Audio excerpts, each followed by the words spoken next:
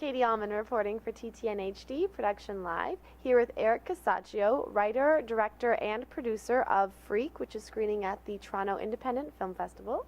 Are you looking forward to your screening right now? Yes, I'm totally looking forward to it. I can't wait. It feels really good to be here. My first time in Canada. Awesome. And can you tell me a little bit about Freak? Who's the freak and why is he Freak? Well, Aaron Merkin is the lead actor. He plays Randall/Sophia. And he's basically an individual that is holding on to a single thread of life's purpose and trying to find self-acceptance and also trying to find himself. He's also the kind of person that has been bullied his entire life, and he's finally getting to the point where he needs to let go of that. And within this story, he actually does. So it's a very inspirational tale. Yes, it's very inspirational. It's been moving a lot of people's image of self-hatred and all that kind of stuff as well. Okay. And what inspired the story for you? I tend to fall for stories where the main character is an underdog character. You know what I mean? I love Ugly Betty. That was one of my favorite characters of all time. Mm-hmm. And I really wanted to just tell a story about someone that was just different and is in a situation where he just needs to get himself out of it and really just deal with the way things are and shine on top of that. And I've always felt like an underdog in my own life and in the past anyway. And I just really gravitate towards those stories and those characters. So I really wanted to get into the crutch and the heart of that with this film. Okay. And so he grabs different things to get inspiration. Can you talk a little bit about that? Yeah, I mean, the main character is a guy named Randall who dresses up as a woman named Sophia. Mm-hmm. And he's an actor. He's actually up for a part called Freak. Mm-hmm. And within this story, the pressure of wanting to get this job, he starts, through the dialogue, he really starts to feel how he's feeling inside as he's rehearsing. And every time he's just about to get to the point of what the point of the story is, the phone rings and all these phone calls come in.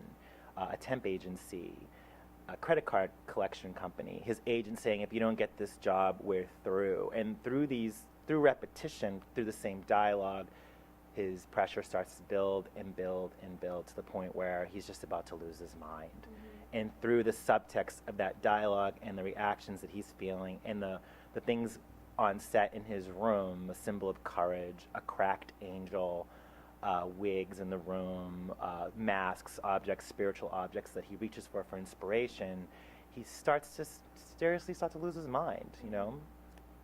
Okay, and he's hiding behind sort of a facade to protect himself?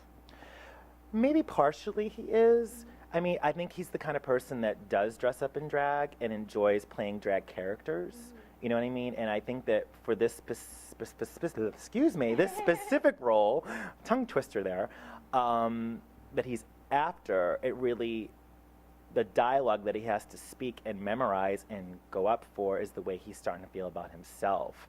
So this is kind of a different kind of drag character for this individual to try out for. So it's been, very intense for him to go through this. And you guys have been screening at tons of festivals, over 10. Yeah. So how has that been going, and how have you been enjoying seeing the audience's reactions and all that? Oh, it's been amazing. I mean, I can't even tell you how blessed I am to have this experience and how wonderful it's been. And the audience reactions have been phenomenal. I mean, they've been positive. I was in the Santa Catalina Film Festival on Catalina Island. Oh. And I had this one person come up to me in the bathroom before the Q&A, and he didn't know who I was, and we were talking. He was saying how much he loved the films, and then I said, oh, thanks, and then he mentioned my film in the bathroom, and I said, oh, thank you so much. I actually directed and wrote that film, and he freaked out in the bathroom. Literally, he was just kind of like, he's like, really? He's like, oh my God, I really felt that character, and I just really got into it, and I really know what you were trying to say. I feel like I'm a freak too, and it really mind-blowing to have reactions like that. And I've had several reactions like that, and I'm so thankful and so blessed to know that, okay, people are understanding this and relating to it, and it's a universal story.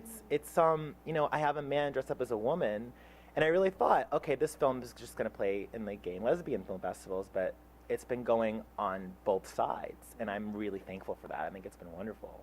I guess everyone has felt like a bit of a freak at some point or another. Yes. Yeah. I think we all have. Some of us Yeah. admit to it and some of us don't, but I definitely have had my moments in my life where I have. Yeah, absolutely. Is there a website where we can check the film out and look out for future projects as well? Sure, there's www.freakthefilm.com, okay? And then there's www.facebook.com/freakthefilm for Facebook.